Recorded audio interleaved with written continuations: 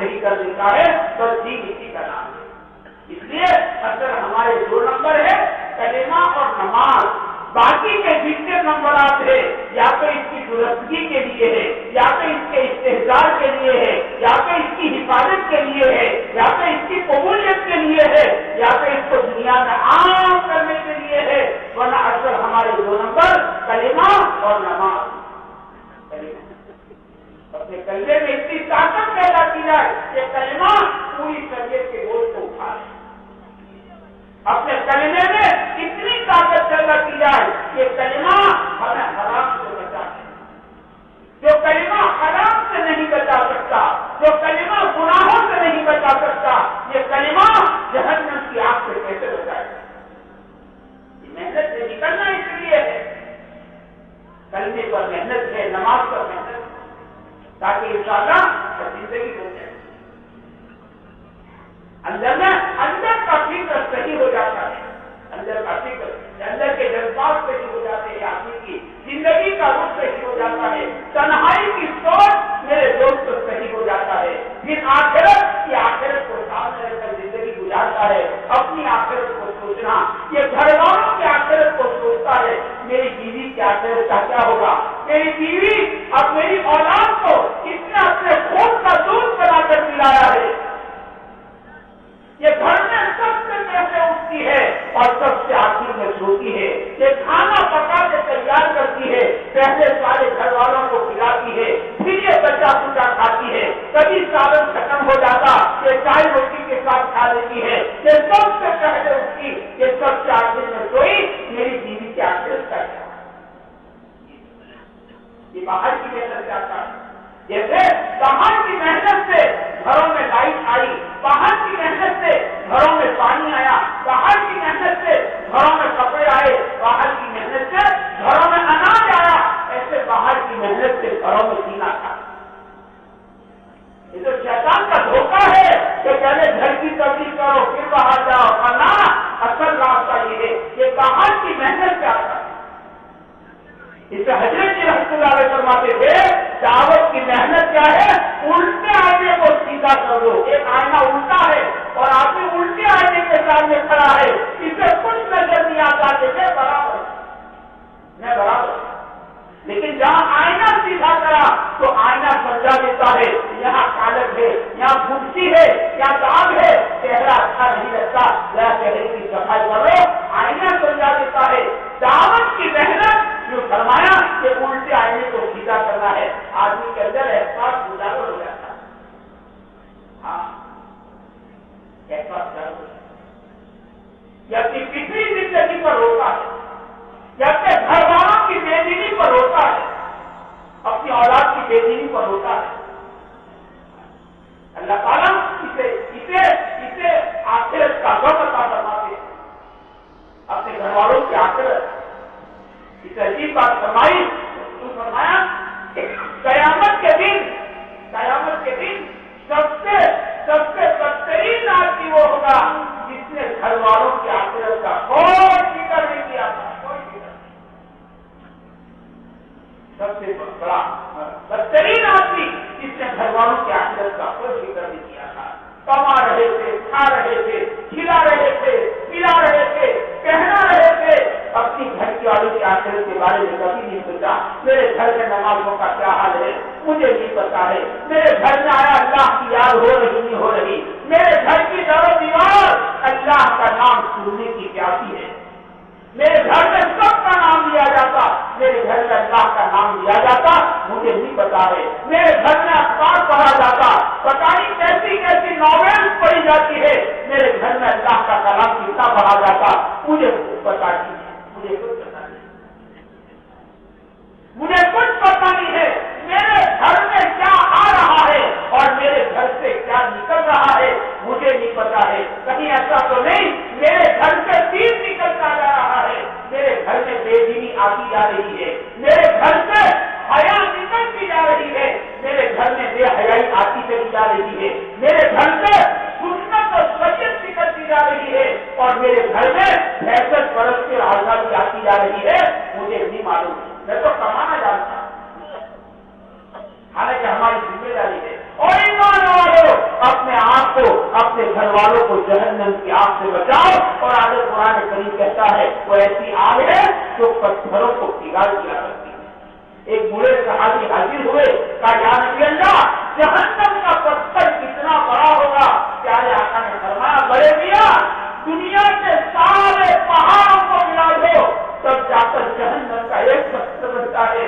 میرے بھائی کو بتاؤ اس جہنم کی آگ کتنی بھیانک آگ ہے جو اتنے بڑے پتھر کو پگھال دیا کرتی ہے.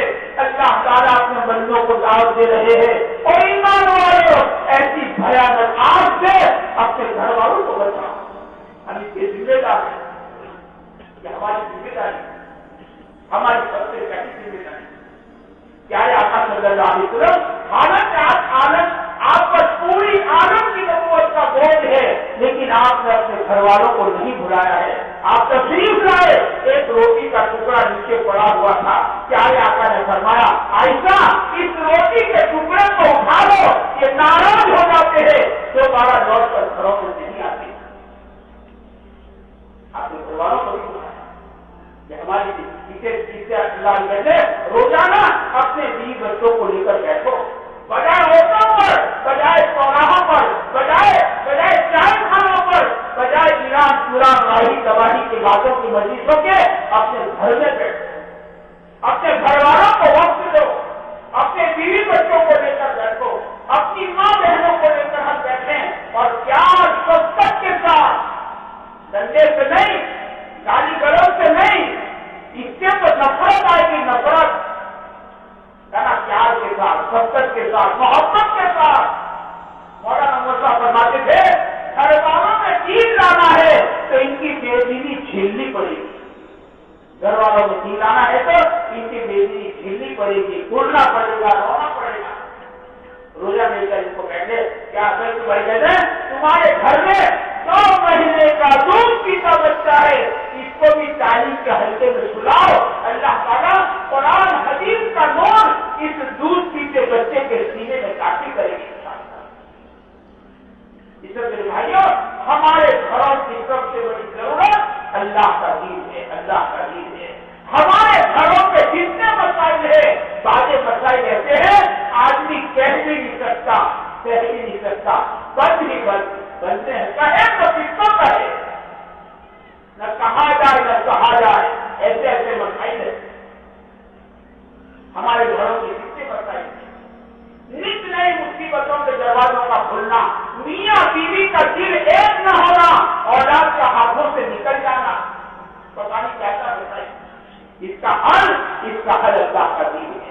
اس کا حل یہ ہمارے گھروں کی بہت بڑی ضرورت ہے. ہمارے گھروں میں چیزوں کی کمی نہیں.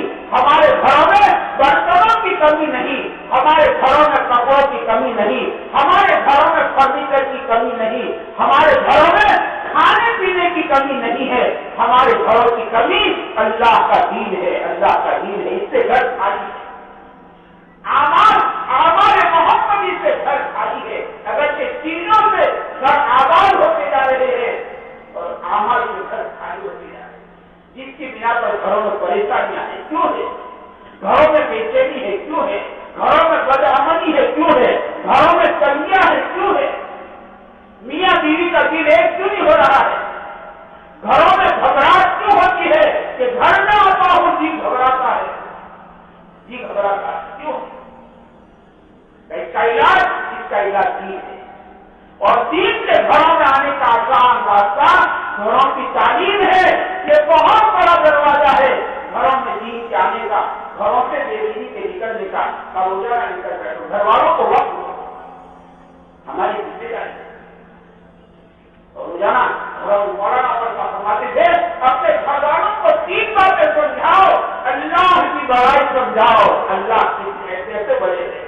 اللہ کے خزانے کتنے بڑے ہیں. بلکہ مولانا پر رحمۃ اللہ علیہ تو مثال دے کر سمجھاتے تھے گھر والوں کو سمجھاؤ. دیکھو کالی کالی بھینس ہے ہرا ہرا گوبر کھاتی ہے. اس میں سے اللہ تعالیٰ لال لال خون ہرا ہرا گوبر پیچھے میں سفید دودھ نکالتے ہیں. وہ اللہ کیسی قدرت والے ہیں.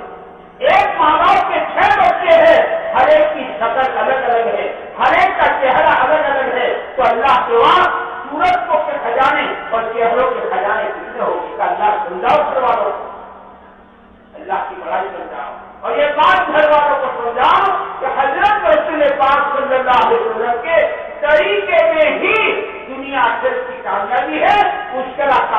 کا کوئی راہ نہیں۔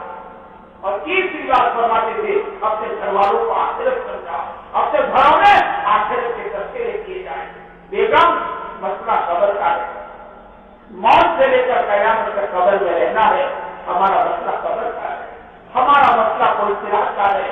میرے بھائی لوگ وہ صحابی بیوی کی گود میں سر رکھ کر سوئے ہیں اور رو رہے ہیں، تو صحابیہ بھی رو رہی ہے۔ پوچھا بیگم آپ کیوں روتی ہو؟ جس کی وجہ سے آپ روتے ہو۔ کہا کہ بیگم مجھے تو پل صراط یاد آ گیا کہ پل صراط پر سے گزرنا ہے، پتہ نہیں سہولت کے ساتھ گزر جاؤں گا یا وہیں رہ جاؤں گا۔ میرے دوستوں میرے کو بتاؤ گھروں کی تعریف کا حال کیا ہوگا؟ یہ بیوی کی گود میں سر ہے، آخرت کو کتنا سنا ہوگا، بیوی کی گود میں سر ہے اور پل صراط کو یاد کر کے میاں بھی رو رہے ہیں اور بیوی بھی رو رہی ہے۔ معاف کرنا، ہم اپنے دل کے حالت کو ذرا ٹٹولیں اور ہمارے دلوں کے حالت کو ذرا ہم جانچیں۔ میرے دل کا حال یہ ہے کہ میں جنازے کے پیچھے چل رہا ہوں، پھر بھی مجھے میری موت یاد نہیں آتی۔ آپ ایمانداری سے بتائیے بات کرتا، ہمیں تو جنازے کے پیچھے اس لیے چلایا تھا نا کہ جنازے کے آگے مت چلو، یہ کوئی بارات نہیں ہے کہ بارات کی آگے دلہا پیچھے۔ صفے لگا کر جنازے کو کندھوں پر مت چلاؤ، جنازے کے پیچھے چلو تاکہ نگاہ جنازے پر پڑے اور اپنی موت کا دن یاد آ جائے۔ جنازہ آگے چل کر پیچھے والوں سے یوں کہتا ہے میرے پیچھے چلے آؤ، تمہارا رہنما میں پیچھے چلا۔ آپ نے بتا، یہ تو ہر ایک کو سوچنے کی بات ہے۔ میرے بارے میں جنازے کے پیچھے چلتا مجھے میری موت کتنی یاد آتی۔ میں قبرستان پہنچ گیا ہوں، میرے سامنے میت کو قبر کو اتاری جا رہی ہے، مٹی ڈالی جا رہی ہے۔ یہ قبرستان ہے، غریب عزیز سب ایک میدان میں پڑے ہوئے ہیں، ان کی قبروں پر گھاس اٹھ چکا ہے، چپ چاپ سو رہے ہیں۔ یہ آن بان والے آخر گرے زمین پر اونچے اڑان والے، یہ قبرستان ہے۔ مجھے قبرستان میں میری موت، میری قبر، میری آخرت کتنی یاد آتی، مجھے سوچنا چاہیے۔ جس کی ضرورت ہے آخرت کے تذکرے گھنٹوں کیا جائے، مسجدوں کے اندر بھی اور آپس کی تعمیر مسجد میں بھی اور آپ اور میرے دوستوں گھروں میں بھی گھنٹوں آخرت کو سنا جائے تاکہ ایسا کرے آخرت مستقبل ہو جائے۔ اسے میرے بھائیوں کہ ہم ایسے ماحول میں اس وقت جی رہے ہیں کہ چاروں طرف پورو پشچم اتر دکشن ایک ہی آواز ہے، موت سے پہلے کی زندگی بناؤ، موت کے بعد کی زندگی بنانے کی آواز ہمارے ماحول میں نہیں ہے۔ ہم ایسے ماحول میں جی رہے ہیں جہاں چاروں طرف ایک آواز ہے، پیسوں سے کام کرے گا، کیسا ہے تو سب کچھ ہے، کیسا نہیں تو کچھ بھی نہیں۔ ہم ایسے ماحول میں جی رہے ہیں، حالانکہ کام پیسوں سے نہیں بنتا، کام کو اللہ کے بنانے سے بنتا ہے اور اللہ کے کام کو بنانے کا ثابتہ محمد رسول اللہ صلی اللہ علیہ وسلم۔ ہمارے ماحول میں چاروں طرف آواز ہے، کام پیسوں سے بنتا ہے، ایسے ماحول کام صلاۃ الحاجت سے بنے گا، کام دعاؤں سے بنے گا۔ میرے دوستوں یہ آواز ہمارے ماحول میں نہیں ہے، یہ آواز ہمارے ماحول میں ہم ایسے ماحول میں اسے اس کی ضرورت ہے اور یہ ہمارے مسائل کا حل ہے تاکہ اللہ کرے اللہ کی بڑھائی دلوں کے اندر بسے۔ کامیابی ایک ہی طریقے میں اور وہ پیارے آقا صلی اللہ علیہ وسلم کے طریقے میں، آخرت اللہ کرے ہمارے اوپر مستقبل ہو جائے، آخرت کا غم ہمیں نصیب ہو جائے۔ آخرت کا غم مرنا ہے، قبر میں سونا ہے، قیامت کے دن اللہ کے سامنے کھڑا ہونا ہے، زندگی کا حساب دینا ہے۔ وہ اللہ راضی ہو گیا میرا پار ہو جائے گا، وہ اللہ ناراض ہو گیا میری دنیا ڈوب جائے گی۔ اللہ کرے کہ آخرت کا غم، جہنم کا دکھ دینے والا اللہ مولانا عمر کا فرماتے تھے بیک وقت جہنمی کو 19 قسم کا عذاب دیا جائے گا۔ اللہ کرے یہ ہمارے لیے مستحضر ہو جائے۔ جنت کی نعمتیں سجی سجائی لگی لگائی، جنت اللہ نے کیسی تیار کر کے رکھی ہے، جنت کا شوق، جہنم کا خوف، آخرت کا غم، اللہ کرے یہ چیزیں ہمارے اندر پیدا۔ اس کے لیے اللہ کے راستے کی محنت سے جس ماحول میں رہ کر یہ میرے دوستوں یہ دولت ہم نے گمائی ہے، اس ماحول میں رہ کر اس کا ملنا بڑا ہی مشکل، اس کے لیے اللہ کے راستے میں نکلو، اللہ کے راستے میں آدمی آپ نے خود کی تشکیل خود کر لے، خود کی تشکیل کہ میرا سب سے بڑا مسئلہ آخرت ہے، ابھی اللہ کا بلاوا آ جائے میرے پاس میری موت کے بعد کی زندگی کا کیا سامان ہے، میں دنیا سے کیا لے کر جاؤں گا، اس لیے آدمی پیچھے نہ دیں گے کہ میں چلا گیا تو کیا ہوگا وہ جو اللہ نے طے کیا ہے، بلکہ آدمی آگے دیکھے سکرات آگے ہے، موت آگے ہے، قبر آگے ہے، قیامت آگے ہے، پلسرات آگے ہے، جنت اور جہنم آگے ہے، وہ ایمان کی طرح جو اللہ کو مطلوب ہے جس کا مطالبہ قبر میں کیا جائے گا، اور اگر میری موت آ گئی میری قبر کا کیا آدمی آگے دیکھے تو انشاءاللہ اس کی تشکیل خود کرنا میرے دوست کو آسان ہو جائے گا۔ حالات کو موت سے اجازت نہیں دیں گے، حالات موت سے اجازت نہیں دیتے، ہم حالات کو اجازت دیتے ہیں۔ شیطان کیونکہ ہمارا دشمن ہے، وہ تو قسم کھا کے آیا ہے عزت کا، تیری عزت کی قسم میں اس کو سیدھا کرنے نہیں دوں گا، یہ بہت پرانا کھلاڑی ہے، یہ بہت داؤ سے کھیلنا جانتا ہے، یہ مشورہ دے گا، جانا تو ضرور چاہیے لیکن ابھی نہیں، اپنے بات میں جائے گی، یہ نیک کام میں بھیڑ پر ڈالتا ہے، نانی کہتا ہمیں جانا چاہیے لیکن ابھی نہیں بھیڑ جائیں گے، تو شیطان کا سرا دیتا ہے ابھی نہیں بھیڑ، اللہ اور اللہ کے نبی کا مسئلہ ہے، نیک کام میں جلدی کرو، اب اتنی سمجھ کر اللہ نے ہر ایک کو دی ہے، میرا نفع، میرا فائدہ، میری بھلائی اس کا مسئلہ ماننے میں ہے، اللہ نبی کا مسئلہ ماننے میں یا شیطان کا، تو ہر ایک اس بات کو جانتا ہے، سمجھتا ہے کہ میری بھلائی اللہ نبی کا مسئلہ ماننے میں ہے، اس سے میرے بھائی دوستوں ارادے کرو، دیکھو حالات پھنسے مارتے ہمیں یہاں پر لے آئے ہیں اور ہم انتظار کرتے رہے، ایک آدمی کی حد تشکیل کی 19 سال ہو گئے، 19 سال یہ راہ خدا میں نہیں کر سکا، 19 سال ہو گئے، 19 سال ایسے ہوتے میرے دوستوں پتہ نہیں زندگی کا چراغ کب گل ہو جاتا ہے، پتہ نہیں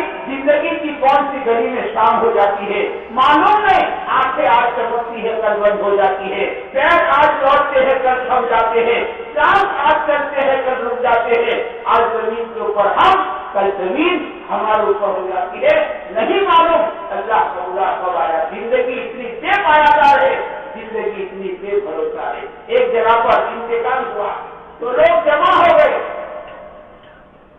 تو کسی ایک نے پوچھا چلے جنازہ کب اٹھائیں گے، تو کہا کہ جنازہ مغرب کو اٹھایا جائے گا، دوروں دراز سے رشتے دار آنے والے ہیں، خیر لوگ ادھر ادھر ہو گئے، ظہر کی نماز میں جنازہ مسجد میں لایا گیا، تو پوچھا بھائی وقت بدل دیا، مغرب کے جنازہ لانا کا ظہر میں لیا ہے، تاکہ نہ وہ جنازہ تو گھر پہ ہی رکھا ہے اور تو مغرب ہی منایا جائے گا، تو پوچھا یہ کس کا جنازہ ہے، کہنے والے نے کہا اس جنازے کے متعلق جس نے سوال کیا تھا یہ جنازہ کب اٹھاؤ گے، یہ اس کا جنازہ ہے، انہیں کہا معلوم تھا کہ ان کے سوال جواب سے پہلے میرے سوال جواب شروع ہو جائیں گے، زندگی اتنی بے پایدار ہے اور زندگی اتنی بے بھروسہ ہے، زندگی اتنی پتہ نہیں یہ وفا کرتی نہیں کرتی، اس سے میرے بھائی کو شروع ہمت کرو، اب زیادہ انتظار مت کرو، زیادہ سوچو مت، یہ سوچنے کا راستہ ہے نہیں،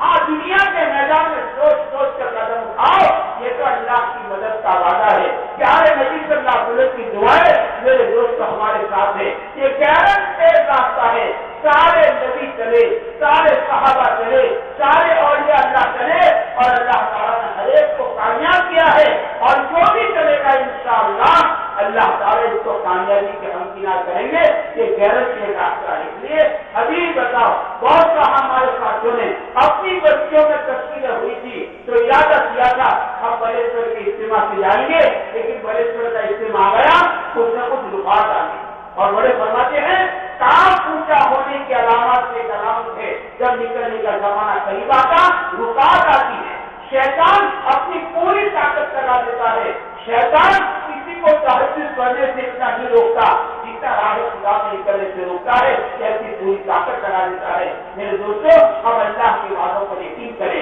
پیارے نبی صلی اللہ علیہ وسلم کی دعا پر بھروسہ کریں اور ہمت کر کے قدم اٹھائیں، اپنے ارادوں کو دوبارہ تازہ کر لیں کہ انشاءاللہ ہم اسی اجتماع سے اللہ والوں کے ہاتھ میں ہاتھ دے کر ان کی دعائیں لے کر ہم اللہ کے راستے میں دین سیکھنے کے لیے اور اللہ کے کلمے کو دنیا بدل کرنے کے لیے ہم اللہ کے راستے نکلیں گے۔ ہم ہمت کر کے بتاؤ کہ جس کے دل میں آتا ہو وہ اظہار کرے۔ جنہوں نے چملے پیدا بھی کیے اپنی قربانی کو بڑھا کر 3 چملے کر سکتے ہیں۔ کوئی اجتماع میں خالی شرکت کے لیے آیا تھا، وہ میرے دوست ارادہ کر لے آئے تو اس کے اجتماع میں اب یہاں سے انشاءاللہ اتنی بڑی دولت کو حاصل کرنے کے لیے 4 مہینے کوئی بڑی بات نہیں ہے۔ مولانا عمر صاحب فرماتے تھے آدمی چلتے چلتے کیلے کے چھلکے کو 4 مہینے دے دیتا نہیں دیتا، آدمی دل کو سمجھا سکتا ہے۔ کیلے کے چھلکے پر پاؤں پڑا، پھسل گیا، فریکچر ہو گیا، آدمی دے دیتا۔ اللہ کا دین میرے دوست اللہ کا دین ہے جس کو پیارے نبی نے اپنا سب کچھ دیا ہے، اپنا سب کچھ دیا ہے۔